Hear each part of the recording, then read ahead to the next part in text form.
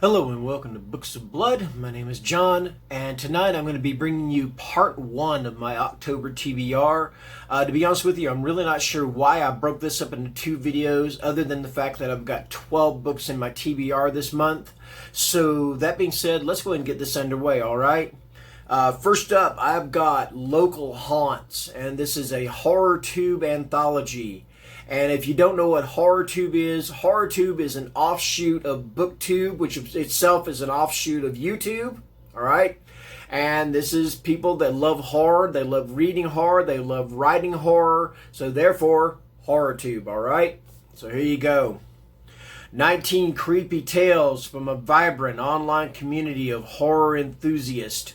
Local Haunts has taken the horror booktube community's global influence and shrunk it down into one village of horror and mayhem you'll not soon forget.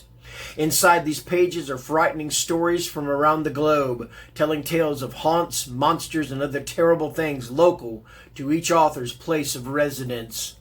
Alright, I'm going to read a few of the titles here and a few of the authors. Some of the ones I'm familiar with. I'm not familiar with all of these horror tubers or booktubers. At least I'm not familiar with them by their real names. I may be familiar with them by their YouTube or Booktube or Horrortube names, but just not their real names, okay? Alright, so we got A Stone's Throw by Dane Cobain. That is, of course, Dane Reads. Great channel. Mount Gilead by Regina St. Clair, or R. St. Clair, and that's Regina's Haunted Library. Fantastic channel. Check it out. Alright, what we got here? We got The Night Watchman by Marie McWilliams. Marie's got a fantastic horror channel. Please, by all means, check that one out, too. I keep saying check it out for all these channels, but damn it, I mean it. Check them out. They're awesome, alright? Dang. Highway to Hell by Nicholas Gray. That's Spooky Noodles. You know what? Nick does not get enough... man, his channel does not get enough love. He's got a fantastic channel. Yeah, it's kind of rough, it's kind of rowdy or whatever, but he loves horror and he loves talking about it. He loves talking about books. If you have not checked out Nick's channel, then please check it out. Spooky Noodles, that's the name of it. So yeah, head on over there. But wait till this video is done before you do that. I mean, let's not get ahead of ourselves, all right? Anyway, okay. Let's see, we got Darkness Descends by Jason White, and that's, of course, Jason's Weird Reads, another great channel, love it. In fact, he's my co-host in the Halloween Creature Feature Reading Extravaganza starting October 1st through October 31st, and I hope you guys participate. And then we got At the End of the Rope by Cameron Chaney, and of course Cameron is our resident book movie guy, and I think his channel is just called Cameron Chaney Al. I think it used to be called Book Movie Guy. But anyway, you got about another 15 stories in here besides these, and I'm so looking forward to reading this. That is Local Haunts. Alright, next up we've got one, this is by Nathan Ballingrud, and this is called North American Lake Monsters. And this was actually sent to me by author Sion Das. And Sion, he asked me if I had read anything by Nathan Ballingrud, and I said no. I think I've got a book called Wounds by him, but I've not read anything yet by Nathan. And he said, then you ought to check out North American Lake Monsters. And the next thing you know, he has sent me this in the mail. So thank you, Sion. And if you don't know who Sion is, he's also got his own book of short stories called Buried with the Night. And that's actually what I'm going to be reading next after I get done with this video. I'm going to be starting that one next, okay? Anyway, this is North American Lake Monsters.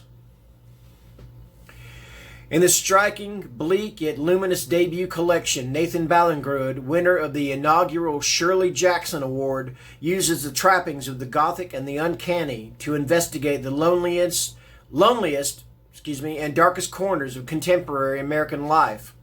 Ballingrud's stories are love stories. They're also monster stories. Sometimes the monsters collected here are vampires or werewolves. Sometimes they wear the faces of parents, lovers, brothers, ex-wives, or the faces we see in our mirrors.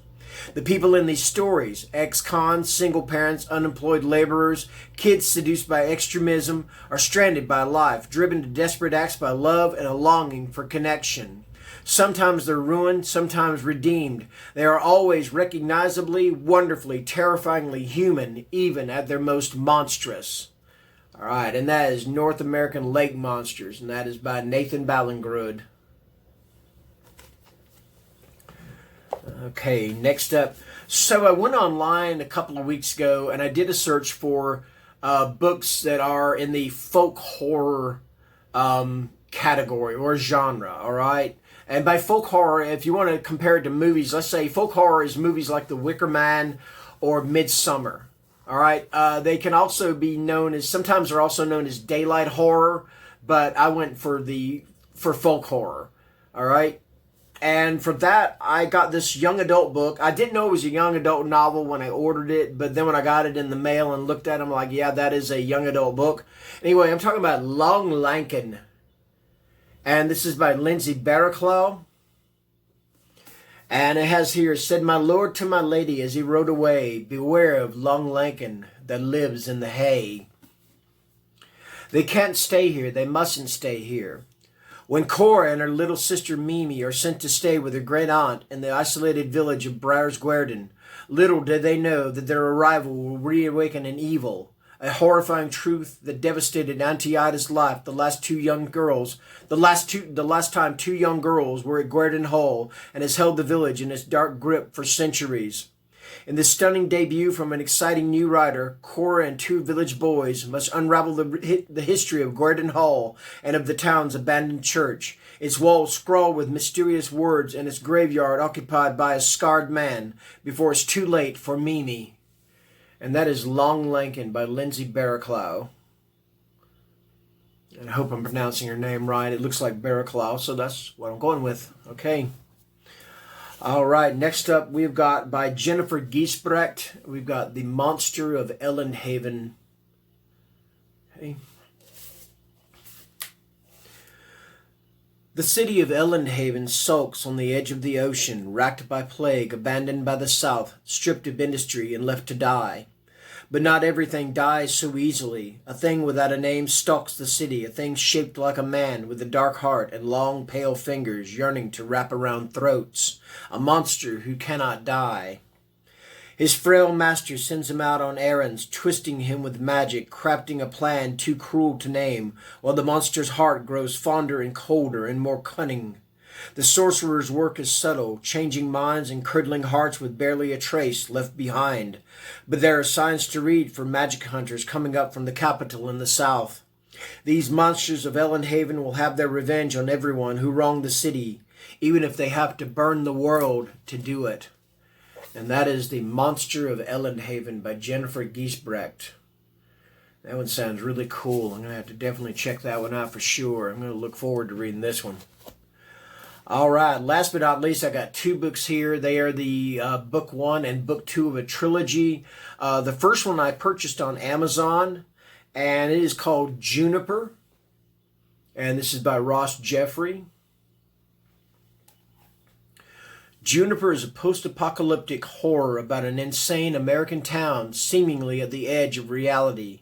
As Juniper suffers from scorching drought and medieval famine, the townsfolk are forced to rely on the new cattle for food, monstrous interbred cats kept by the oppressed Janet Leahy.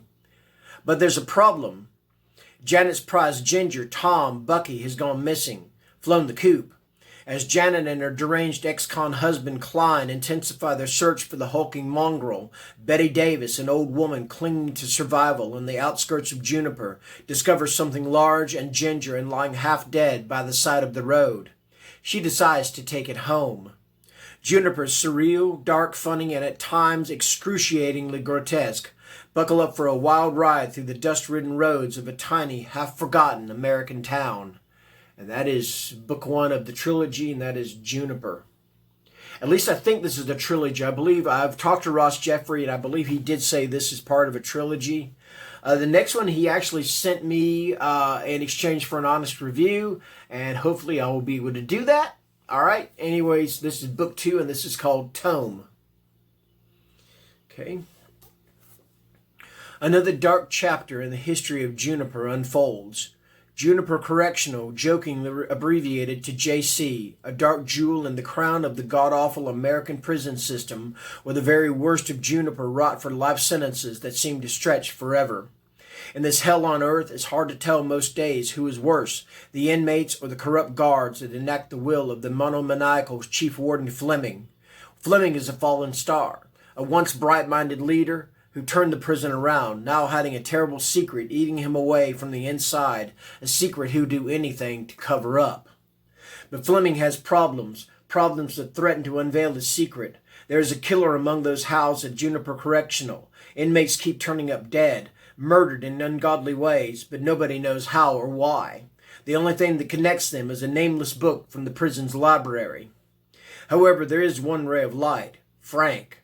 Frank isn't like the other guards. Frank still sees the good in people and is trying to make a difference, to save those souls he can from the darkness in their own hearts. What Frank doesn't realize, however, is that the darkness is real, and he is about to see its true power. Anyway, that is Tome. That's by Ross Jeffrey. And that is going to do it for part 1 of my October TBR. I will have part 2 of my October TBR in the next day or so, probably, hopefully tomorrow. Anyway, I thank you guys for watching, and I don't say this very often, but if you like my channel or you like my videos, please hit the thumbs up button. If you like my channel, please feel free to hit the subscribe button, and if you want notifications, make sure and ring that bell. And that being said, you guys have a great evening, and good night.